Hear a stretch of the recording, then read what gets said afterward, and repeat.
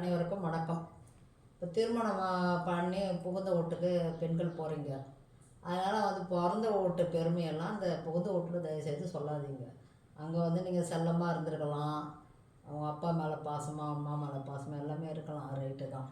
இருந்தாலும் ஒரு கணவன் வீட்டுக்கு பார்த்து அதுவும் மாமியார்கிட்ட எந்த விவரமும் நீங்கள் சொல்லாதீங்க.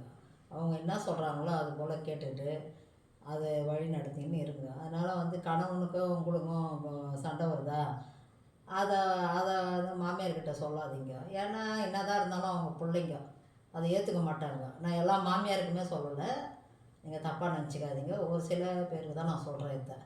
அதனால் எந்த ஒரு இதுவாக இருந்தாலும் உங்களுக்குள்ளேயே அந்த 4 செவத்துக்குள்ளேயே பேசி நீங்கள் அதை தீர்த்துக்குங்க. ஏன்னா அதே போல் மாமியாருடைய ரிலேஷனை ஒரு அண்ணன் தம்பிங்கோ அவங்க அக்கா தங்கச்சிங்க இருந்தாலும் அவங்கள பற்றி நீங்கள் நெகட்டிவாக சொல்லாதீங்க. சொன்னாலும் அவங்களுக்கு கோபம் வரும்.